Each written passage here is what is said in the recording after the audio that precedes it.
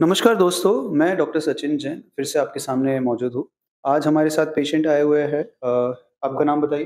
हिमांशु सारस्वत, हिमांशु जी, आप कहाँ से हैं? हनुमानगढ़, राजस्थान से। सर 1 साल पहले की बात है, लगभग 1 साल पहले मेरे नी में पेन स्टार्ट हुआ, तो अभी आपसे चेक करवाया तो यू टोल्ड मी कि लेटरल मेनिस्कस टियर है, तो ऑपरेशन सजेस्ट किया था आपने एंड सारे टेस्ट वगैरह करवाने के बाद ऑपरेशन हुआ, अच्छे से ऑपरेशन हुआ। ऑपरेशन से पहले अच्छे से मुझसे पूछा गया कि हाँ, जो भी आपकी मेडिकल हिस्ट्री वगैरह रही है, अच्छे से मेरे डाउट क्लियर किए गए, अच्छे से मेरे को कंफर्टेबल कराया गया और ऑपरेशन करने के बाद भी जो मेरे मतलब पोस्ट ऑपरेशन के बाद एक्सरसाइज़ेज़ हैं, उसके बारे में अच्छे से समझाया गया, क्या डूज़ हैं, क्या डोंट्स हैं, उसके बारे में अच्छे से बताया गया और मैं फुली सैटिस्फाइड हूँ। अ, आपके सैटिस्फैक्शंस के साथ में हमें लोगों को भी प्रोत्साहित करना पड़ेगा, क्योंकि जो आपने किया 1 साल में, मतलब आप 1 साल बाद जागे जी। कि भई 1 साल पहले आपको पेन हो रहा था और 1 साल बाद आपने सर्जरी कराई। तो यही चीज़ बेसिकली इनकी जो प्रॉब्लम थी, हमारे घुटने के अंदर मेनिस्कस होती है। मेनिस्कस क्या होती है? मेनिस्कस गद्दी होती है, जो घुटने पे शॉक एब्ज़ॉर्बर का काम करती है। और जब मेनिस्कस की इंजरी कैसे होती है कि कभी आपका पैर ट्विस्ट हो गया या कभी आपका पैर समझो आप बाइक से ही उतरे और झटका लग गया या खड्डे में चला गया और मेनिस्कस दोनों कार्टिलेज के बीच में रगड़ गया, तो उसकी वजह से क्या होगा कि मेनिस्कस में टेयर हो जाएगा। तो इनका जो मेनिस्कस का टेयर का मॉर्फोलॉजी क्या होता है कि मेनिस्कस कैसा टेयर है, कि सीधा कटा है, साइड से कटा है, पूरा कटा है या बकेट हैंडल टेयर है। तो इनका जो मेनिस्कस था वो हॉरिजॉन्टल टेयर था। अब जब हॉरिजॉन्टल टेयर होता है और वो भी एंटीरियर हॉर्न मतलब आगे की तरफ से कटा हुआ था, वो भी हॉरिजॉन्टली, है ना? हॉरिजॉन्टल मतलब कि भई आप आलू ले लो, आलू को 2 हाफ में काट दो, तो ऊपर का और नीचे का छोर अलग हो जाता है, वैसे ही मेनिस्कस आधे में कट गया है। तो उसकी वजह से जो जॉइंट का फ्लूइड है या जॉइंट के अंदर जो भी पानी होता है, नेचुरली जो पानी होता है, वो पानी धीरे-धीरे, धीरे-धीरे करके लीक होता है और वो लीक होके क्या होता है, एक गड्ढा बन जाता है। उस गड्ढे को हम बोलते हैं सिस्ट। जैसे आपको फुंसी आ जाती है, तो फुंसी में क्या होता है कि भई पस भर गया, पस तो नहीं है, बट पानी है। अब ये मेनिस्कस टेयर के साथ में जो पैरामेनिस्कस सिस्ट है, उसकी खासियत क्या है कि ये सिर्फ़ पानी एक तरफ जा सकता है। ये सिर्फ़ बढ़ सकता है, कम नहीं हो सकता। तो जैसे आपका जो सिस्ट होगा, पहले छोटा होगा, जी, फिर धीरे-धीरे, धीरे करके इसकी जो साइज़ है वो बढ़ती गई बढ़ती गई। और फिर जब आप मेरे पास आए थे तो आपके नी में आगे की तरफ एक बड़ा-सा गड्ढा था, जिसको हम टच करते ही आप बहुत चीखते थे कि भई बहुत पेन हो रहा जी, है ना? तो दैट टेयर वाज़ विज़िबल आपके लिए। जी। तो ये हम बोलते हैं इसको parameniscal cyst with the horizontal meniscus टेयर।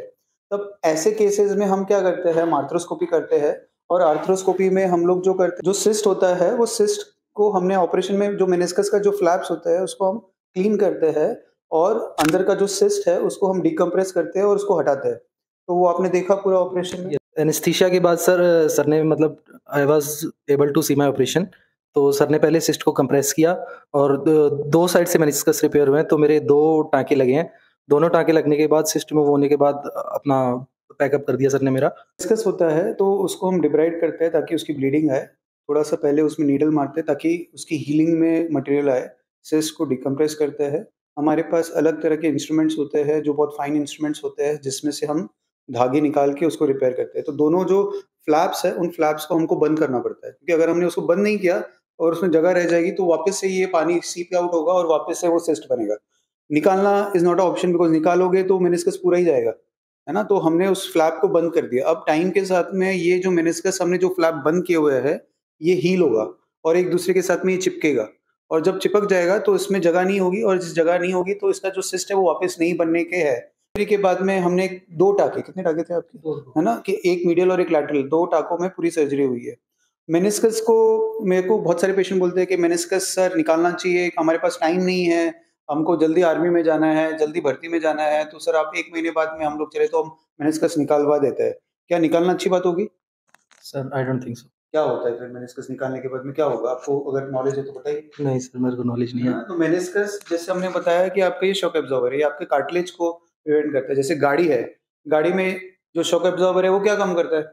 एक तो झटके कम कराता है और इंजन के ऊपर लोड कम डालता है। आपके अगर झटके ज़्यादा लगेंगे तो पुर्जे लूज़ हो जाएँगे, इंजन खराब हो जाएगा, होगा कि नहीं होगा? Yes sir. तो घुटने का इंजन क्या है? कार्टिलेज। अगर आपका मेनिस्कस खराब हो जाएगा तो कार्टिलेज पे पूरा लोड आएगा और over a period of time cartilage खराब होगा। कार्टिलेज खराब होगा तो आपको होगा आर्थराइटिस। आर्थराइटिस होगा तो every step will be painful for life.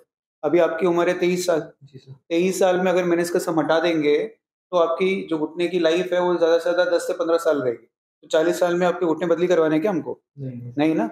तो आपके यही घुटने जिंदगी भर चले, रगड़ खाएंगे आप। डेफिनेटली खाएंगे, है ना। आप भी डॉक्टर है ना, तो आप कैसे एक्सपीरियंस महसूस करेंगे इसको बताइए।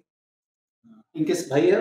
हाँ यस सर, नमस्कार। मुझे बहुत अच्छा लगा। एक्चुअली मैंने काफ़ी जगह कंसल्ट किया था इस मैटर को, तो काफ़ी बोले कि आप एक्सरसाइज कीजिए, ये रिलीज़ हो जाएगा। लेकिन सर से बात हुई, सर ने कहा कि ये एक्सरसाइज करने से हो सकता है वो जो मेनिस्कस है वो और टियर हो और जो दिक्कत है वो बढ़ सकती है। तो इसलिए सर से कंसल्ट करके मैंने हफ्ते भर पहले सर को बोला, सर जैसा आपको ठीक लगे आप इसको जल्दी से जल्द ऑपरेट कीजिए। तो सर ने कहा और हम उसके बाद हम यहाँ पे आ गए और विदिन 1 डे सर ने एडमिट करके ये ऑपरेट कर दिया है और आफ्टर 1 डे सर हम यहाँ डिस्चार्ज दे रहे हैं। तो काफ़ी अच्छा लगा और जैसे मेरे भाई ने बताया हम बिल्कुल सैटिस्फैक्ट्री हैं। कई बार होता है कि हम पूछते हैं एक्सरसाइज कैसे करनी है, कैसे नहीं करनी है, वो सर ने बहुत अच्छे से बताया है। तो sir thank you very much for your cooperation. ठीक है। Thank you sir.